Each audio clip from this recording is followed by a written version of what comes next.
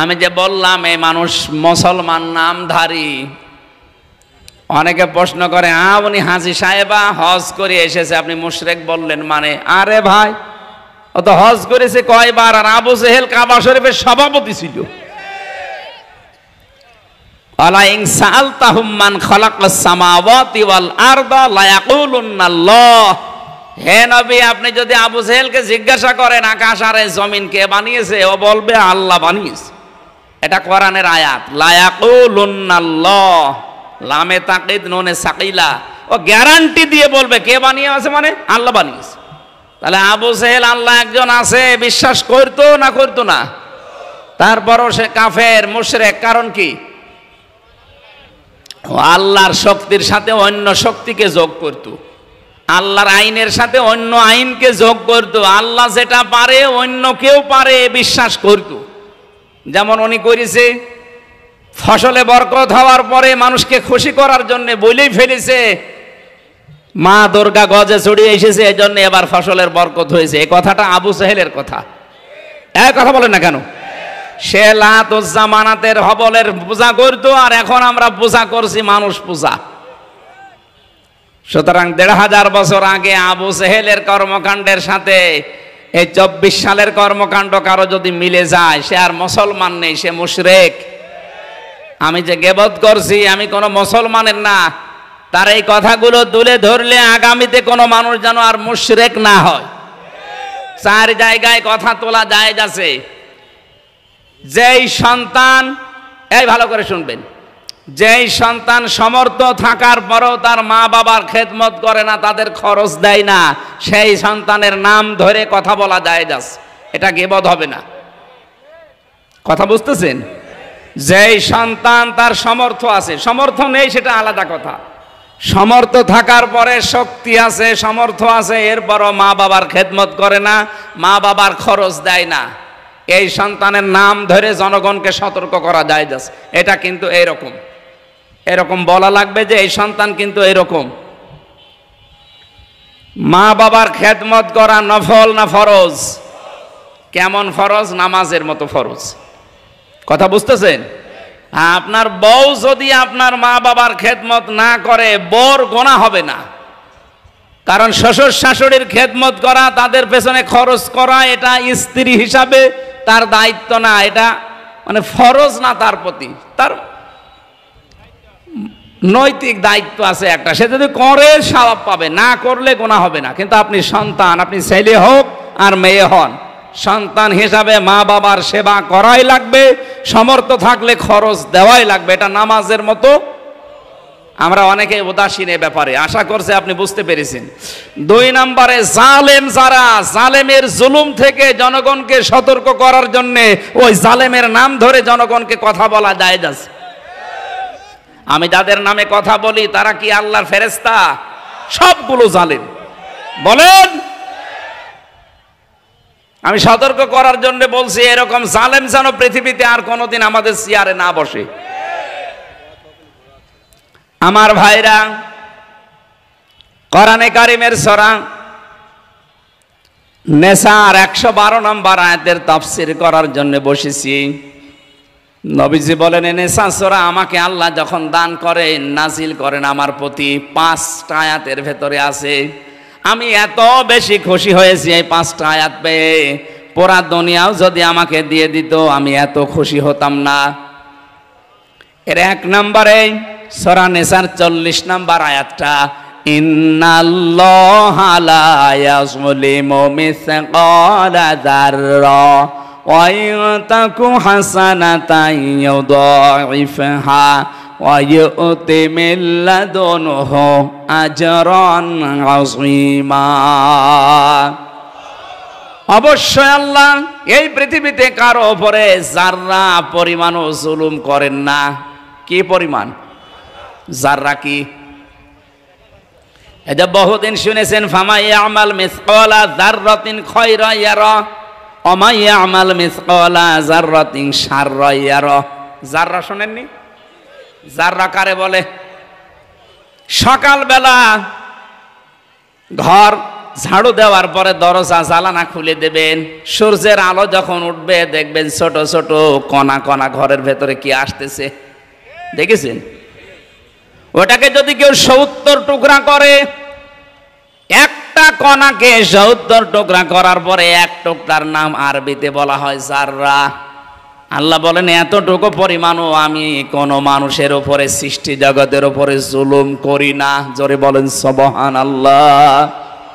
কেউ যদি দুনিয়ায় একটা ভালো কাজ করে, আমি আল্লাহ নিজে পক্ষ থেকে তাকে ডবল সওয়াব দান করি। ওয়াইন তাকু হাসানাতাই ইউদাইফাহা, ওটা বাড়িয়ে 2 গুণ করে দেই। ওয়াইউতি মিল্লাদুনহু আজরান আযীমা, এই যে আযীম, আর তার জন্য বিশাল এক পুরস্কার আমি আল্লাহ রেডি করে রাখি। জোরে বলেন সুবহানাল্লাহ। এজন্য দুনিয়াতে আমরা যদি কোনো ভালো কাজ করি, মনে করবেন ওই ভালো কাজের কমপক্ষে 2টা পুরস্কার, 1 নম্বরে ডবল হওয়া, 2 নম্বরে বিশাল পুরস্কার আল্লাহর পক্ষ থেকে পাওয়া।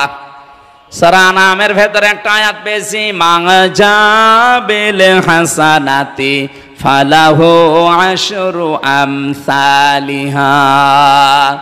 কোন মানুষ যদি দুনিয়ায় একটা ভালো কাজ করে, আল্লাহ পাক ওইটা বাড়াতে বাড়াতে কমপক্ষে 10 গুণ থেকে 700 গুণ বৃদ্ধি করে দেয়। জোরে বলেন সুবহানাল্লাহ। মসজিদে নববীতে বসে আছেন নবীজি, এক ভিক্ষুক এসে বলে, হে রাসূল আমি ক্ষুধার্ত, আমাকে কিছু দেন। নবীজির পকেটে হাত দেওয়ার পরে একটা দিরহাম পেলেন। হযরতে ওমরকে জিজ্ঞাসা করলেন আমি কি এইটা দেব? হযরত ওমর বললেন ঠিক আছে দিয়ে দেন। নবীজি দিয়ে দেওয়ার পরে লোকটা চলে গেল। বিশ্ব নবীকে হযরত ওমর বললেন, হে নবী, আমি যদি নিষেধ করতাম তারপরও আপনি দিতেন, আপনি আমারে জিজ্ঞাসা করে দিলেন কেন? আল্লাহর নবী বলেন, ওমর আমি তো দান করার পরে সওয়াব অলরেডি পেয়েই গেছি, তুমি যে আমাকে বলার পরে একটু সহযোগিতা করলে, এই জন্য আল্লাহ তোমাকেও সওয়াবে থেকে বঞ্চিত করেনি। এই জন্য আজকের এই ভালো কাজটা যারা সাজিয়েছেন, কোরআন প্রচার হবে, যারা সহযোগিতা করেছেন, সে যেইভাবেই হোক প্রত্যেকেই সওয়াবের অধিকারী হবে। জোরে বলেন সুবহানাল্লাহ। সূরা নিসার 40 নম্বর আয়াতটা পেয়ে নবীজি এত খুশি হয়েছিলেন, বিশ্ব নবী বলেন তামাম দুনিয়া দিয়ে দিলেও আমি এত খুশি হতাম না। দ্বিতীয় নম্বরে পেয়েছি সূরা নিসার, এটা 31 নম্বর আয়াত, ইংে তাজেতানি বো কাবাইরা মা তুনহাউনা আনহু নুকাফির আনকুম সাইয়্যাতিকুম ওয়া নুদখিলকুম মুদখালান কারীমা। এ পৃথিবীর মানুষেরা যদি বড় বড় গুনাহ থেকে বেঁচে থাকতে পারো, আমি আল্লাহ পাক বলছি ছোটখাটো অপরাধ নিজের পক্ষ থেকে মাফ করে দেব। বড় গুনাহ আমি পেয়েছি ইমাম আজ-যাহাবির লিখিত 99টা কবিরা গুনাহ, আরো আছে। অন্তত এগুলোও যদি আমরা বেঁচে থাকতে পারি এই বড় বড় গুনাহ থেকে, ছোটখাটো যে অপরাধগুলো জীবনে চলতে ফিরতে হয়, আল্লাহ নিজের গাফফার নামের খাতিরে মাফ করে দেবেন। শুধু মাফ করে শেষ না, ওয়া নুদখিলকুম মুদখালান কারীমা, এমন একটা সম্মানিত জায়গায় আমাদেরকে প্রবেশ করাবেন যার নাম আল্লাহ নিজে দিয়েছেন বাগান, জান্নাত। 3 নম্বরে পেয়েছি 48 নম্বর আয়াত সূরা নিসার। নবীজি বলেন এইটাও পেয়ে আমি এত খুশি হয়েছি, তামাম দুনিয়া দিলে এত আনন্দ আমি পেতাম না। ইন্নাল্লাহা লা ইয়াগফিরু আইয়ুশরাকা বিহি ওয়া ইয়াগফিরু মা দুনা যালিকা লিমান ইয়াশা। এই পৃথিবীর ময়দানে কোনো মানুষ যদি শিরিক থেকে বেঁচে থাকতে পারে, অন্যান্য যত অপরাধ আছে আমি আল্লাহ নিজের ইচ্ছা করলে মাফ করে দেব, কিন্তু শিরিক যে করবে তার কোনো ক্ষমা নেই।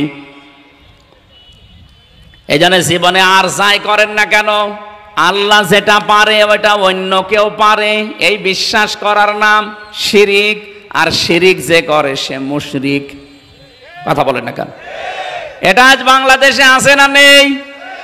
বলেন বলেন।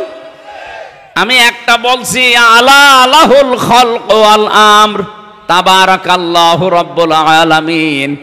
আল্লাহ বলেন আমি বানিয়েছি এই সৃষ্টি জগৎ, এখানে আইন চলবে আমি আল্লাহর। সুতরাং আল্লাহর আইন বাদ দিয়ে যারা মানুষের তৈরি করা নিয়ম নীতি দুনিয়ায় কায়েম করার জন্য চেষ্টা করেন তারা মুশরিক। আর ফতোয়া লাগবে? এই গোনায় যদি কেউ জড়িত থাকেন আপনি কিন্তু আর মাপ পাবেন না। অন্য গোনা করেন আপনি মাপ পেয়ে যাবেন, কিন্তু এই শিরিক করলে মাপ নেই। কারণ আল্লাহ আইন বানাতে পারে, অন্য কেউ আইন বানাতে। আরো জোরে বলেন। ক্ষমতার উৎস একমাত্র আল্লাহ, ক্ষমতার উৎস জনগণ নয়।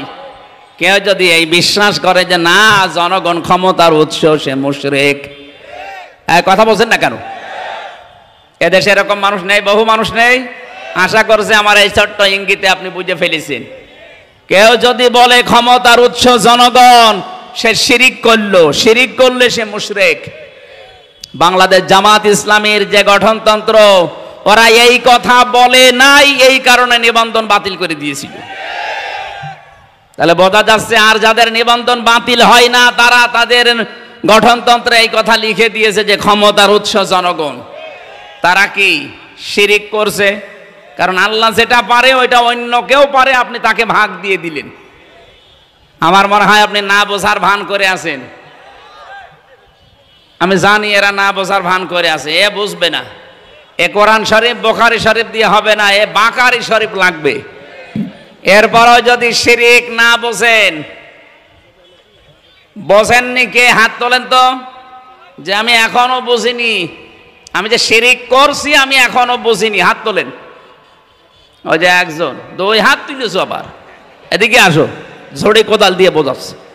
ও ওটা পাগল। ঠিক আছে। 4 নম্বরে 64 নম্বর আয়াত। এই এদিকে তাকান।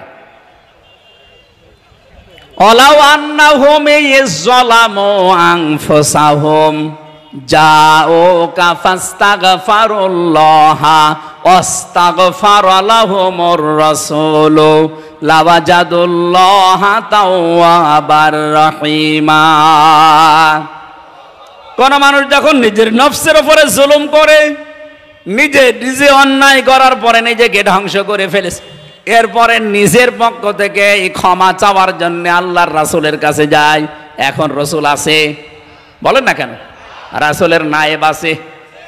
এই যে যারা এলেম পেয়েছে এরা রাসূলের নায়েব, স্থলাভিষিক্ত নায়েবে রাসূল, উত্তরাধিকারী।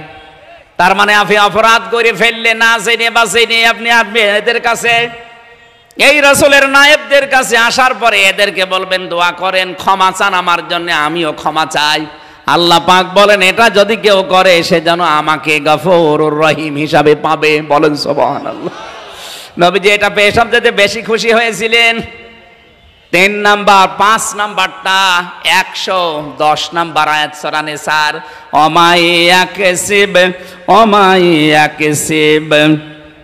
ওমাইয়ামাল সুআন আও ইয়াজলিম নাফসাহু সুম্মা ইয়াস্তাগফিরিল্লাহা ইয়াজিদিল্লাহা গফুরার রহিমা। কোন মানুষ যখন এই পৃথিবীতে নিজে অন্যায় কাজ করে অথবা জুলুম করে ফেলে নিজের প্রতি, সুম্মা ইয়াস্তাগফিরিল্লাহ, অথবা আল্লাহর কাছে ক্ষমা চায়, ইয়াজিদিল্লাহা গফুরার রহিমা, সে আল্লাহকে ক্ষমাশীল হিসাবে পাবে। এই 5টা আয়াত ভাই আল্লাহর নবী সব চাইতে বেশি খুশি হয়েছিলেন। তিনি মাঝে মাঝে বলতেন সূরা নিসার এই 5টা আয়াত তামাম দুনিয়া দিয়ে দিলেও আমি এত খুশি হতাম না। বলেন সুবহানাল্লাহ। সেখান থেকে মাত্র একটা আয়াত আমরা পড়লাম, আমায় ইয়াকসিব খতিআতান আও ইসমান। কোন মানুষ যদি নিজে অপরাধ করে, পাপ করে, সুম্মা ইয়ারমি বিহি বারিআন, এই পাপটা নিজে করে, অপরাধ নিজে করে, আর একটা নিরপরাধ মানুষের ওপরে দোষটা চাপিয়ে তার বিপদে ফেলে দেয়, ফাকাদ ইহতামালা বুহতানা ওয়া ইসমাম মুবিনা, সে যেন প্রকাশ্য পাপের বোঝা বহন করে নিয়ে বেড়াচ্ছে। আর এই আয়াতটা আমার মনে হয় সব চাইতে বেশি মিলে যাচ্ছে বাংলাদেশের সাথে। 15.5 বছরে এটা বেশি হয়েছে। নিজে অন্যায় করে, নিজে পাপ করে, আর একটা নিরপরাধ মানুষের মাথার উপরে দোষটা চাপিয়ে তার বিপদে ফেলে দেয়। এক কথা বলছে না কেন? কিচ্ছু জানে না, ঘরে ঘুমিয়ে আছে, চোখ খুলে দেখছে জেলখানায়। কি গো তুই গাছ কেটেছিস কখন? স্বপ্নে। হ্যাঁ, এই যে গায়েবী মামলা যেগুলো দিত এভাবে দিত না। আরে ভাই আমি গাছ কাটলাম কখন, গাড়িতে আগুন লাগিয়েছি কখন? স্বপ্নের ভেতরে। স্বপ্নে আগুন দিয়েছি, তাও মামলা হয়ে যাচ্ছে। আমার যে মামলা ছিল আপনারা শোনেননি? কে কোন পাগল নাকি সিরাজগঞ্জ থেকে ঢাকায় একটা তরবারি নিয়ে ঘুরছিল, তারে পুলিশে ধরে যায়। কি করবি? সংসদ ভেঙে ফেলবো। তরবারি দিয়ে সংসদ ভাঙা যায়? তরবারি না, কাশি, ওই যে ধান কাটে ওই কাশি, ওটা তরবারি চালিয়েছে। ওরা জিজ্ঞাসা করছে কি, কেটে ফেলবো সংসদ, ভেঙে ফেলবো, সংসদ ভাঙা যায়? বলে হ্যাঁ, আমি আমির হামজার ওয়াজ শুনে উদ্বুদ্ধ হয়েছি, এই আমারে ধরে নিয়ে যা। এই মামলা দিয়ে আমারে 3 বছর আটক করে রাখি। বলেন তো শয়তান পর্যন্ত হাসবে না? কার দোষ কার ঘাড়ে চাপিয়ে, অথচ যারা এগুলো করে তারা কিন্তু এখন সব আরামে নিরপরাধ হয়ে আছে। আমার এই অপরাধের সাথে যারা অপরাধী বানানো তাতে জড়িত, আমার মামলার আয়ু থেকে একেবারে যিনি পালিয়েছে উনি পর্যন্ত, কারণ ফাইল ওনার হাতে ছিল। বাকিগুলো তো সব শো, এদেরকে দিয়ে করিয়েছে। তাই যারা এই অপরাধ করলো, যারা অপরাধ করেছেন, আমি যদি ক্ষমা না করি আপনাকে দিয়ে আল্লাহ এরকম একটা অপরাধ করাবে, তারপরে আপনার মরণ হবে। এই জন্য এমন কোন দোষ একজনের উপরে চাপিয়ে দেবেন না যে দোষ সে করে নাই। এটা সবচেয়ে এখন বেশি সামাজিক যোগাযোগ মাধ্যমে বেশি হচ্ছে। যে লোকটা যে কাজের সাথে জড়িত না তার নামে দোষটা চাপিয়ে আন্দাজে একটা মিথ্যা তথ্য ছড়িয়ে তার মান সম্মান নিয়ে সিনেমা লেখা হচ্ছে। আপনাকে দিয়ে আল্লাহ ওই অপরাধ কিন্তু দুনিয়ায় আগে করাবে, এরপরে আপনার মরণ হবে, এটা মনে রাখবেন। এটা সূরা হুমাযার তাফসিরে আছে। ওই লুল্লি কুল্লি, আল্লাহ বলেন সর্বনাশ, ধ্বংস হয়ে যাক, লিকুল্লি প্রত্যেকজন, প্রত্যেকটা ব্যক্তি। কোন প্রত্যেক ব্যক্তি? হোমাজাতিল লুমাজা, যারা সামনে পেছনে মানুষের দোষ চর্চা করে। আরে ভাই আমি তো নিজেকে নিয়ে চিন্তা ভাবনা করে শেষ করতে পারি না, মানুষকে নিয়ে ভাববো কখন? আর ফেসবুকে যারা লেখালেখি করে দেখেন নিজের ভেতরে হাজারো দোষ, সেটা খুঁজে পায় না। কোথায় কোথায় কোন জায়গায় কি হয়েছে সেইটা নিয়ে উনি চলতেছে। নিজের চিন্তায় তো শেষ করে সময় শেষ করা যায় না, আপনি অন্যের পেছনে লাগেন কখন? মাওলানা মিজানুর রহমান আজহারি এটা বেশি বলে যে ভাই আমার নিজের চিন্তায় তো আমি সময় দিতে পারি না, আপনার পেছনে আমি সময় দেব কোথায়? এমনি কয় বছর হায়াত পেয়েছি, এই হায়াতে আমার নিজের জীবনটা এখনো সংশোধন করতে পারলাম না, আর আমার নিজের ভেতরে যে দোষ আছে এইগুলো এখন আমি মুক্ত হতে পারি না। আমারই 5 বউ, আমি এক বউওয়ালার পেছনে লেগে বসে আছি। হ্যাঁ, আপনি দেখেন ফেসবুকে যারা এগুলো ছড়ায় বিভিন্ন মানুষের নামে, ওদের চরিত্র ঠিক আছে? একটারও চরিত্র নেই। আমি যেই কয়জনের নাম বললাম না জানি, দেখি এগুলো মানুষের পেছনে লাগে, এদের একটারও চরিত্র ঠিক নেই। চরিত্র ঠিক নেই মানে শয়তানের তাই তো খারাপ। ফামানি বেতাগা বরা যালিকা ফাউলাইকা হুমুল আদুন, এই আয়াত কোরআনে নেই? কয়বার আছে? একবার, 2 বার না, অসংখ্য জায়গায় আল্লাহ আয়াতটা দিয়েছেন। ফামানি বেতাগা বরা যালিকা ফাউলাইকা হুমুল আদুন, কেন দিয়েছেন? যে নিজের জায়েজ স্ত্রী থাকার পরেও যারা অন্য কাউকে কামনা করে, অন্য কারোর সাথে গোপনে লাইন লাগায়, এ মানুষগুলো সীমা লঙ্ঘনকারী। যারা আজ আলেমদের বিরুদ্ধে, বিভিন্ন ওলামাদের বিরুদ্ধে ফেসবুকে লেখালেখি করে, দেখবেন ওদের চরিত্র ঠিক ওই কায়দায়। 14 জনের সাথে লাইন করছে, তারা নিজের চরিত্র সংশোধন করার কোনো খবর নেই, শুধু লেগে আছে হুজুরের পেছনে। আপনাকে দিয়ে আল্লাহ এইরকম অপরাধ করাবে যদি কারণ আমি উল্টাপাল্টা দোষ চাপিয়ে দিন। আপনাদের পুত্রবধূ সারা বিশ্বে এখন নতুন একটা কথা ছড়াচ্ছে যে বাংলাদেশে যারা এখন দায়িত্বে আছে এরা জঙ্গিবাদ উস্কে দিচ্ছে। এরা হয়তো জেনারেল যে দলগুলো আছে এদেরকে ঘায়েল করতে পারবে না এ কথা বলে, কিন্তু যারা ইসলামপন্থী আছে এই মানুষগুলোকে এই শব্দ দিয়ে এই 15.5 বছর ঘায়েল করে রেখেছিল। বিশ্বের মোড়লরা যদিও এখন আর বিশ্বাস করে না, কারণ এটা ভাঙা ঢোল আর কতদিন বাজাবেন। এই বানানো বিষয় নিয়ে এখন আর বিশ্বের মানুষ মানতেছে না। তারপরও আজকে উনি কল রেকর্ড ফাঁস করেছে, বাংলাদেশে জঙ্গিবাদ উত্থান হচ্ছে, এই জন্য ইউনূস দায়ী। ইউনূস জঙ্গিবাদ বোঝে? হ্যাঁ, সে একটা জেনারেল শিক্ষিত মানুষ। আপনি এতদিন হামসার নামে নাম দিয়ে তালিকা দিয়ে চালিয়ে দিয়েছেন, ইউনূসের নামে জনাব তারেক জিয়ার নামে জঙ্গিবাদের তকমা দিলে আপনি নিজে ধরা খাবেন। সুতরাং এ সমস্ত উল্টাপাল্টা কথা আমরা জানি। মানুষের কিছু হারিয়ে গেলে মাথা ঠিক থাকে না। একটা লোক ঊর্ধ্বশ্বাসে দৌড়াচ্ছিল, রাস্তায় ছেলের সাথে দেখা, ডাক দিয়ে বলছে, আব্বা কোথায় যা? বলো, আরে ভাই গরু হারিয়েছে। কিছুই তো টের পাও না। ছেলে বলছে, কি আমার ভাই বললেন? আমি আর বাঁচবো না। বাড়িতে যেয়ে বলছে, আম্মা আমি মারা যাব। কেন? আমার বাপ ভাই ডেকেছ। বাপ ভাই ডাকে, ও কি বাপ? ও বাড়ি আসুক। বাড়ি আসার পরে বলছে, ওগো তোমার মাথা ঠিক আছে? তুমি নাকি ছেলেকে ভাই বলে ফেলেছ। ওরে মা, গরু হারালে এরকম হয়। একটা গরু হারালে যদি বউকে মা বলে, ছেলেকে ভাই বলে, এটা সাজানো গোছানো অবৈধ একটা জিনিস ছিল এদেশে। এটা হারিয়ে গেলে মাথা ঠিক থাকার কথা। এই জন্য উল্টা পাল্টা বকছে। কয়দিন শুরু করেছিল, আমি নির্বাচিত ছিলাম, আমাকে উৎখাত করা হয়েছে। এটা এখন কেউ খাচ্ছে না,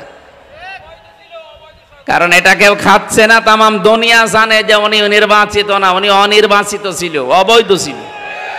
এটা তামাম দুনিয়া জানে। এখন আবার নতুন করে জঙ্গিবাদ জঙ্গিবাদ এই শব্দ আরম্ভ করেছে ট্রাম্প আসার পরে। ট্রাম্প পাগল তো অত পাগল না, কি কথা বোঝেন? আমেরিকার মানুষগুলো যারা দায়িত্বে আছে বা বিরোধীতে আছে, ওরা পাগলামি করে, কিন্তু এত পাগলামি করে না। দেখেছেন না, মহিলাকে কিন্তু দিতে দেয়নি। দরকার হয় বাইরের কোনো মানুষকে নিয়ে এসে বসাবে, কিন্তু মেয়ে লোককে তারা বসাবে না। যাতে মাতাল হলেও তাহলে ঠিক আছে।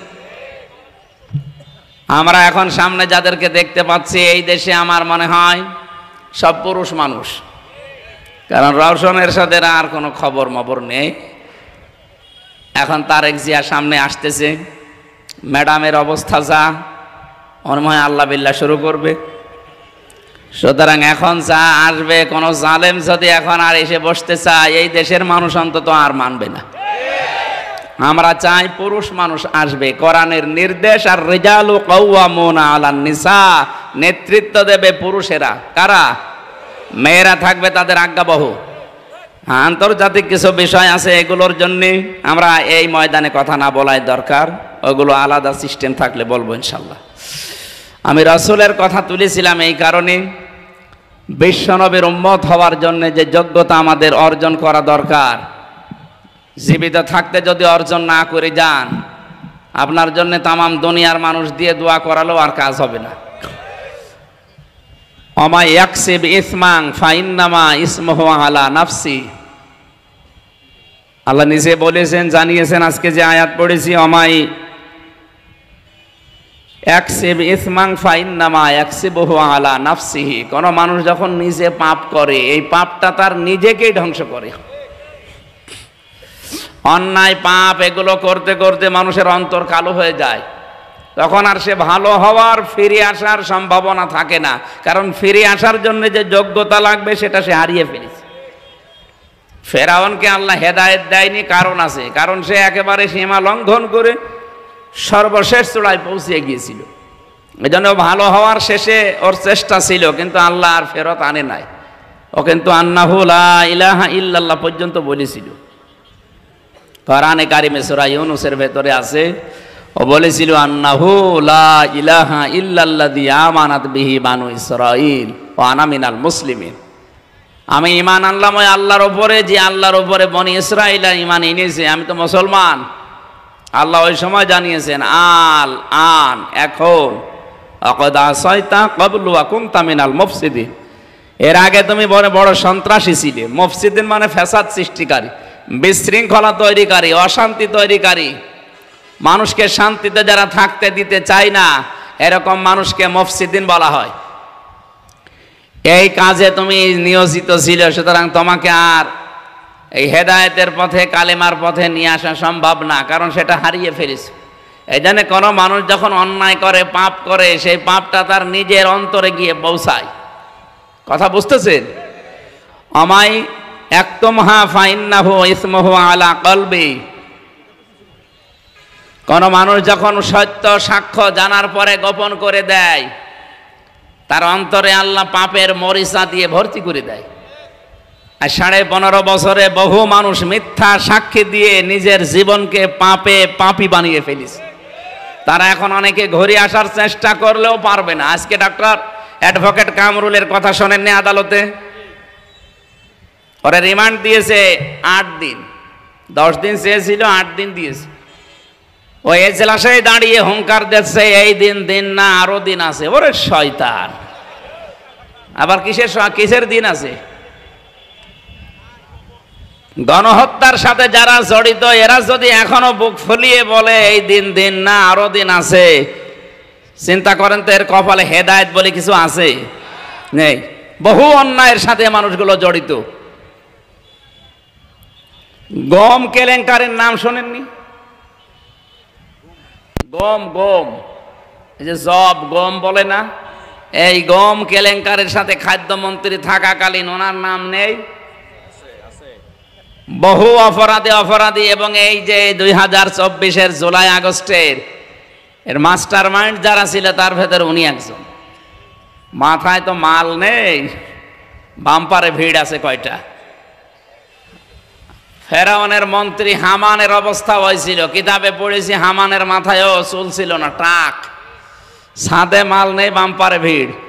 যেই কয়টা এরকম, তাদের পক্ষ থেকে দেখবেন উল্টা পাল্টা হামানের মতো বুদ্ধি আসে।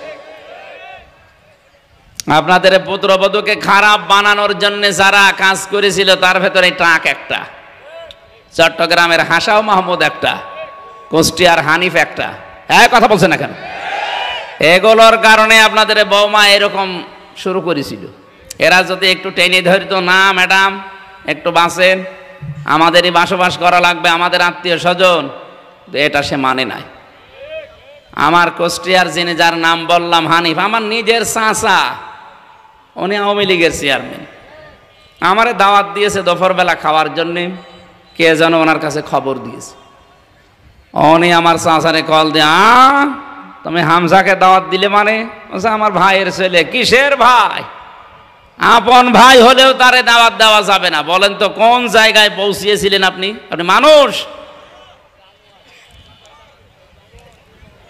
অথচ আজকে যে আয়াত পড়ছি সূরা নেসা থেকে, এ নেসার মূল অংশই হচ্ছে যারা রক্তের সম্পর্ক, আত্মীয়তার সম্পর্ক নষ্ট করে, যারা ছিন্ন করে, এই মানুষগুলোর সাথে আল্লাহ নিজের সম্পর্ক কাট করে দেয়।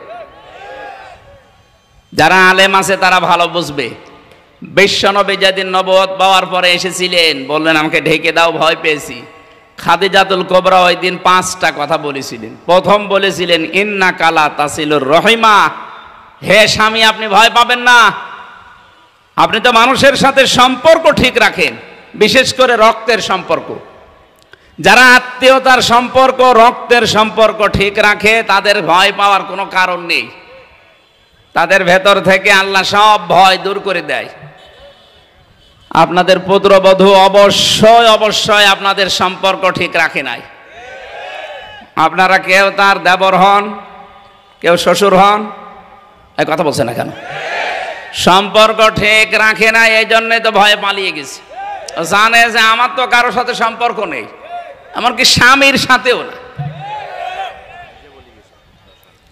তার স্বামী নিজে বলে গেছে না যে জীবনে সবচাইতে বড় ভুল করেছি, এই কাজটা করি।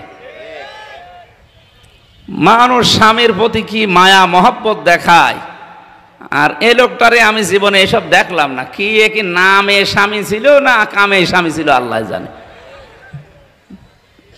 আত্মীয়তার সম্পর্ক যারা ছিন্ন করেন, তাদের সাথে যেহেতু আল্লাহ সম্পর্ক কাট করে দেয়, তাদের ভেতরে যত রকমের ভয় তখন ভর করে। জানে এত ভয় পেয়েছে, দুপুরের খাবার খাওয়ারও সময় পায়নি, তাড়াতাড়ি আমার তুলে দাও। সম্মানিত ভাইরা, আমি যে কথা বোঝানোর জন্য এ পর্যন্ত নিয়ে আসলাম, সূরা নেসার আলোচ্য বিষয় এইটা, সম্পর্ক ছেদ করা যাবে না কারো সাথে। একে নষ্ট করার জন্য যারা চেষ্টা চালিয়েছিলেন, তারা সফল হয়েছেন, ধ্বংস হয়ে গেছেন। সুতরাং আমরা কোরআনে কারিমের যে তাফসির মাহফিলে আসলাম, আমরা এরকম মন উদার করব যেন সবাই আমার কাছে এসে জায়গা পায়। আমাদের মন ওরকম ন্যারো মাইন্ডের না, আমরা ব্রড মাইন্ডের। কথা বলেন না কেন? মাওলানা হোসাইন বলছিলেন না 14 দল? হ্যাঁ, ওই 14 দল বাদ দিয়ে যা আমরা আছি এই দেশে সব এক দল। কারণ সবাই আমরা মাজলুম, কম বেশি সবাই মাজলুম এ দেশে। কারণ ওই 14 দল জান্নাতে ছিল, কারণ ওরা সব ছিল গৃহপালিত, বাড়িতে পোষ মানানো। আলেমদেরকে যেই দেশের আদালতে তোলার সময় দেখতাম দড়ি দিয়ে মাজার সাথে গরুর মতো বেঁধে নিয়ে যাচ্ছে, হাতে হ্যান্ডকাপ দিয়ে, মাথায় লোহার টুপি পরিয়ে। আর এখন এই বড় বড় সন্ত্রাসীগুলো কোর্টে তুলতেছে, কেউ খিলখিল করে হাসতে হাসতে যাচ্ছে, মনে হচ্ছে জামায় যাচ্ছে। এগুলো পিটিয়ে হাড়গোড় ভেঙে ফেলা দরকার না, এরা এখনো হাসতেছে। কারণ অবৈধ টাকা তো ওদের কম নেই। এই জেলখানা সহ বিভিন্ন জায়গায় এখন যারা আশ্রয় নিয়েছে, সে থানা হাজতে বলেন আর জেলখানায় বলেন, কারাগারে যেখানে, এখানে অবৈধ টাকাগুলো নিয়ে এখানে আরামে আছে। আর আমাদের টাকা পয়সা ঢুকতেও দিত না, এত কঠিন অবস্থায় রেখেছিল। জালেমদের যদি শাস্তি দেওয়া না হয় তাহলে যারা মাজলুম তাদের প্রতি অবিচার করা হয়। এক কথা বলছে না কেন? জালেমদের শাস্তি না হলে মাজলুমদের প্রতি অবিচার করা হয়। এজন্য জালেমদের যেন শাস্তি হয়, যে যে অপরাধ করেছে তার ওই অপরাধের শাস্তি তারে দেন। যারা গণহত্যার সাথে জড়িত তাদেরকেও হত্যা করা লাগবে, এটাই ফাইনাল। আন্তর্জাতিক অপরাধ ট্রাইব্যুনালের মাধ্যমে অলরেডি শুরু হয়ে গেছে, বিচার যেন স্বচ্ছ হয়। বানানো বিচার করা লাগবে না, যা করেছেন ওইটার বিচার করলে সব কব্বরে চলে যাবেন। তখন আবার ষড়যন্ত্র করার সব কিছু বন্ধ হয়ে যাবে ইনশাআল্লাহ। আমরা নবীজির উম্মত হওয়ার জন্য দুইটা পদ্ধতি সামনে রাখব। এক নম্বরে, মান সালিমাল মুসলিমুনা মিন লিসানিহি ওয়া ইয়াদিহি। মুসলমান তো ওই লোকটাকে বলা হয় নবীর উম্মত দাবি করতে পারে যার হাতের দ্বারা, মুখের দ্বারা অন্য মুসলমানেরা শান্তি পায়। এখানে কি মান সালিমাল কাফিরুনা আছে? না, মান সালিমাল মুসলিমুনা, যেই মুসলমানের হাতের দ্বারা, মুখের দ্বারা মুসলমান শান্তি পায়। সুতরাং যারা কাফের, যারা মুশরিক, তারা মুসলমানের হাত থেকে 100% শান্তি পাবেন না, সেইটাই ফাইনাল। হ্যাঁ, শান্তি পেতে হলে জিজিয়া দেওয়া লাগবে। আমার কথার অর্থ বোঝেননি? আমি ওইদিকে নাই গেলাম। হাত মানে শুধু এই হাত না, এটা ক্ষমতার হাত, আইনের হাত, প্রভাব প্রতিপত্তির হাত হতে পারে। এ সমস্ত হাত দিয়ে যেন কোনো মুসলমানের ক্ষতি না হয়। মুখ দিয়ে, মুখের এই কথা দিয়ে, মুখ মানে শুধু এই মুখ না, আরো বিভিন্ন রকমের মুখ আছে। মেয়ে যদি কারো বেরিয়ে যায়, বাবা মানুষকে কি বলে যে আমার মুখ দেখানোর আর কায়দা নেই। এই মুখ কি এই মুখ? বলেন, কিসের মুখ? সম্মানের মুখ। বলেন বলেন। কেউ যদি কিছু অঘটন করে ফেলে, তার বাবা বলে আমার নাক কাটা গেল। নাক মানে এই নাক, কিসের নাক? সম্মানের নাক। সুতরাং মুখ মানে শুধু এই মুখ না, সম্মানের মুখ আছে বিভিন্ন রকমের। থানায় ওসি একজনকে ধরে পিটাচ্ছে, সেকেন্ড অফিসার। ওসি সাহেব যদি যে বলে ওই কি করিস, ওসি সাহেবের যে মুখের কথা, এই কথায় ওর উপরে অত্যাচার বন্ধ হয়ে যাওয়ার কথা। তাহলে এই জায়গায় ওসি সাহেবের হাত মানে এই হাত না, ওখানে হাত মানে ওনার মুখের যে সম্মান, কথাবার্তারা বের করেন, ওনার যে পাওয়ার আছে, চেয়ার আছে, ওইটা। সুতরাং আমার চেয়ার বলেন, আমার এই হাত বলেন, ক্ষমতার হাত বলেন, আইনের হাত বলেন, প্রভাব প্রতিপত্তির হাত বলেন, বংশের হাত বলেন, এলাকার একটা দাপট বলেন, সব কিছু দিয়ে যেন মুসলমানের ক্ষতি না হয়। মানে আমার হাতের দ্বারা, মুখের দ্বারা যদি মানুষ শান্তি পায়, তাহলে আমি নবীর উম্মত হিসাবে পরিগণিত হতে পারবো ইনশাআল্লাহ। আল্লাহ আমাদেরকে নবীর কাঙ্ক্ষিত উম্মত হওয়ার তৌফিক দিন। তেলাওয়াত করেছি সূরা নিসা থেকে 112 নম্বর আয়াত, একটা মাত্র আয়াত পড়েছি। আজকের আলোচনার বিষয় হচ্ছে তহমত। কি বললাম? এটা গীবতের চাইতেও খারাপ। গীবত করলে মায়ের সাথে জেনা করার গুনাহ হয়। ইমাম মালিক রহমতুল্লাহ আলাইহির জামানার একটা কাহিনী পড়েছিলাম তাফসিরে। কি সমস্যা কি? আরে ভাই, সময় তো অল্প, কখন কি করব? আমি বললাম যে আসরের নামাজটা পড়ে একবার উঠি, না আপনারা তো এক মাঝখানে এমন সময় দিলেন, এখন কীভাবে কি করব বলেন তো? এ আয়াত শেষ করা লাগবে না? এটা দিয়েছেন তো একটা উদ্দেশ্য নিয়ে, মানুষ যেন কিছু বোঝে, নাকি খালি টাকার ধান্দায় আছে? আমাদেরকে টাকা দেওয়ার দরকার নেই, দরকার হয় কালেকশন। এখন কি করবেন? আমি আয়াত শেষ করবো না কালেকশন করবো? আর আমি কালেকশন বুঝি?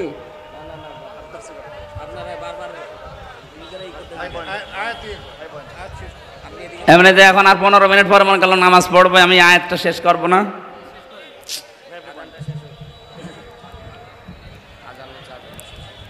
আজান হচ্ছে, এই ফাঁকে আপনারা এই যে যারা টাকা পয়সা কয়বার দেবে মানুষ, এর আগের থেকে এগুলো কমপ্লিট করে নিতে পারে না, 1-1.5 মাস 2 মাস আগে মাহফিল নিয়েছেন, কি করেছেন তখন? যা করবেন খরচ একবার আগে থেকে তুলে নেবেন। এই মাহফিলে এসে কালেকশনের মাহফিলগুলো আর নিবা না, ঝামেলা এগুলো এসে আমি কথাও বোঝাতে পারি না, মাঝখানে 2-3 বার খালি ধাক্কা মারে। এই আমার 2-3 দিন আগে একটা বই পাবলিশড হয়েছে, আমি জেলখানায় যেগুলো লিখেছিলাম 2-3 দিন আগে আর একটা বেরিয়েছে, এই গাড়ি থেকে নিয়ে যাবেন, সৃষ্টি সম্পর্কে লিখেছি। এই এলাকায় মাওলানা অধ্যাপক নুরুল আমিন ভাইয়ের বাড়ি না? কত দূর এখান থেকে? 10-12 কিলো। বাংলাদেশে আলেমদের একটা সংগঠন আছে মাজলিসুল মুফাসসিরিন, উনি কেন্দ্রীয় কমিটির সেক্রেটারি। সারা বাংলাদেশে যত আলেম আছে তাদের উনি মাথার মুকুট। এখন সভাপতির বাড়ি গোপালগঞ্জে, অধ্যক্ষ মাওলানা আব্দুল হামিদ, আমার নানা যান, আর উনি হচ্ছে সেক্রেটারি। সারা বাংলাদেশের প্রতিনিধিত্ব করছে আপনাদের এই আলেম অধ্যাপক মাওলানা নুরুল আমিন। আল্লাহ যেন তাকে তার যে মাকাম ওই জায়গায় যেন পৌঁছিয়ে দেন। এখানে একটা উদ্দেশ্য আছে তার সামনে, আপনারা মানুষ দেখে অবশ্যই উনি যদি কিছু চাই ওনার হাতকে খালি হাতে ফেরত দেবেন? আশা করছে জায়গা মতো জায়গার জিনিস দিয়ে দেবেন। সব দিক থেকে যে যোগ্যতা আছে, বাংলাদেশে ইসলামপন্থী মানুষগুলো গেলে যে দুর্নীতি মুক্ত করতে পারে তার প্রমাণ মাওলানা নিজামী, আলী হাসান মুজাহিদ। একটা টাকা দুর্নীতি খোঁজ পাননি আপনি, 4 আনাও পাননি। সুতরাং এই ধাঁচের মানুষগুলো যদি সামনে যেতে পারি, আশা করা যায় তাদের দ্বারা দুর্নীতি হবে না। আর এই যে অ্যাডভোকেট কামরুল ইসলাম টাক, ভূমিমন্ত্রী সাইফুজ্জামান, এক একজনের বাড়ি হচ্ছে 620টা। এখলাস নিয়ে যারা কাজ করছে তাদের ভেতরে অন্যতম অধ্যাপক মাওলানা নুরুল আমিন ভাই। ওনার এখলাস আমি জানি, দেখেছি। আল্লাহ রাব্বুল আলামিন ওনার যে দক্ষতা আছে, আলেমদের নেতৃত্ব দিচ্ছে, খালি এই পীরগঞ্জে না, সারা বাংলাদেশের 64 জেলার তিনি সেক্রেটারি। আল্লাহু আকবার। আল্লাহ তাকে তার জায়গা মতো পৌঁছিয়ে দেন। আমি